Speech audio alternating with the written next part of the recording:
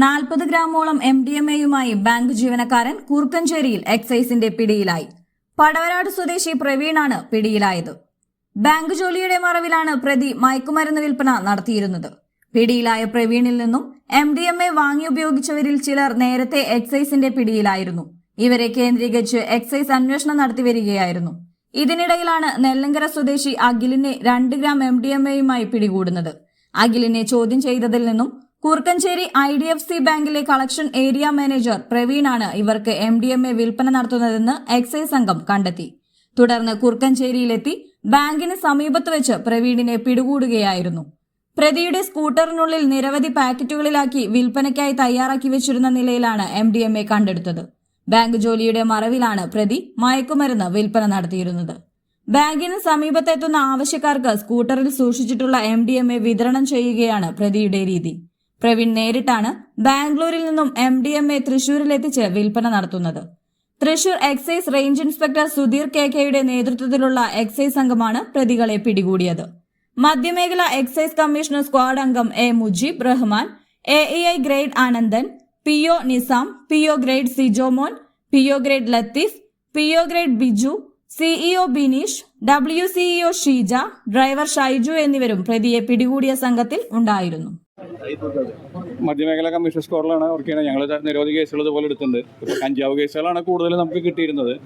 ഇപ്പോൾ കഞ്ചാവിൽ നിന്നും വിദ്യാർത്ഥികൾ വളരെയധികം മാറി MDMA വണ്ടി ചെക്ക് ചെയ്യുമ്പോഴും പിടിക്കാൻ പറ്റില്ല എന്നുള്ളൊരു രീതിയിൽ ആണ് ഇപ്പോഴത്തെ കാര്യങ്ങൾ. ഇപ്പോൾ ഗ്രൗണ്ടിലും മറ്റുള്ള രീതിയിലും വിദ്യാർത്ഥികൾ മറ്റുള്ളവരും കാണാതെ എല്ലാവരും ഈ ഒരു ചെറിയ രീതിയിലുള്ള കഞ്ചാവും ഈ MDMA ഉപയോഗിച്ചുകൊണ്ടാണ് ഇപ്പോൾ അവർ നേരം പോക്കുകളും മറ്റുള്ള കാര്യങ്ങളും നടത്തുന്നത്. അതിനെ ഞങ്ങൾ വളരെയധികം നിരീക്ഷിച്ച് വരുന്നുണ്ട്. അങ്ങനെ നിരീക്ഷണത്തിൻ്റെ ഒരു ആഴ്ചകളോളം നിരീക്ഷിച്ച ശേഷമാണ് ഇങ്ങനെ ഒരു ബാങ്കിൽ നിന്നും തന്നെ ഈ ഒരു സാധനം സപ്ലൈ ചെയ്യുന്ന ആൾ ഇങ്ങനെ സപ്ലൈ ഉണ്ടെന്നുള്ള അറിവ് കിട്ടിയത്.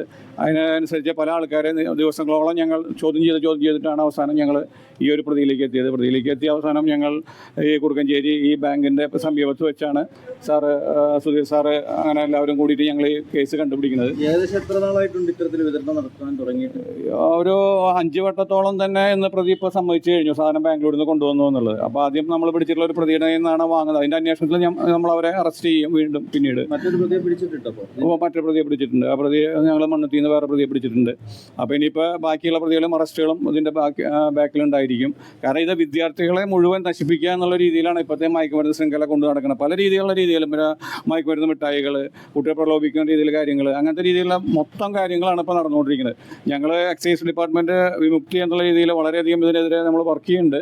എന്നാലും അതിനപ്പുറം നമ്മൾ എന്ത് ചെയ്യുന്നു അതിനപ്പുറം അവർ പുതിയ സംവിധാനങ്ങളിലൂടെ പുതിയ രീതിയിലുള്ള ഓരോ ഇത് കണ്ടെത്തിയിട്ട് കാര്യങ്ങൾ കൊണ്ടു നടക്കുകയാണ് ചെയ്യുന്നത്. അപ്പോൾ അതിനെതിരെ ഞങ്ങൾ ശക്തമായിട്ട് പ്രതികരിക്കുന്നുണ്ട്. ശക്തമായിട്ട് ഇത് അന്വേഷിച്ചു വരുന്നത്. വളരെയധികം ആക്രമണങ്ങളും കാര്യങ്ങളും ഇവർ MDMA അങ്ങനത്തെ കാര്യങ്ങൾ ഉപയോഗിച്ച് കഴിഞ്ഞാൽ സ്വന്തം പെങ്ങന്മാരെയും അമ്മമാരെയും അതുപോലെ ആരെയും തിരിച്ചറിയാൻ പറ്റാത്തൊരവസ്ഥയാണ്. അപ്പോൾ അവർ നമുക്കും വളരെ രീതിയിലുള്ള അക്രമങ്ങളും കാര്യങ്ങളും ഉണ്ടാവാറുണ്ട്. എന്നാലും ഞങ്ങൾ ശക്തമായിട്ട് തന്നെ ഇതിനെതിരെ ഞങ്ങൾ നിൽക്കുന്നു.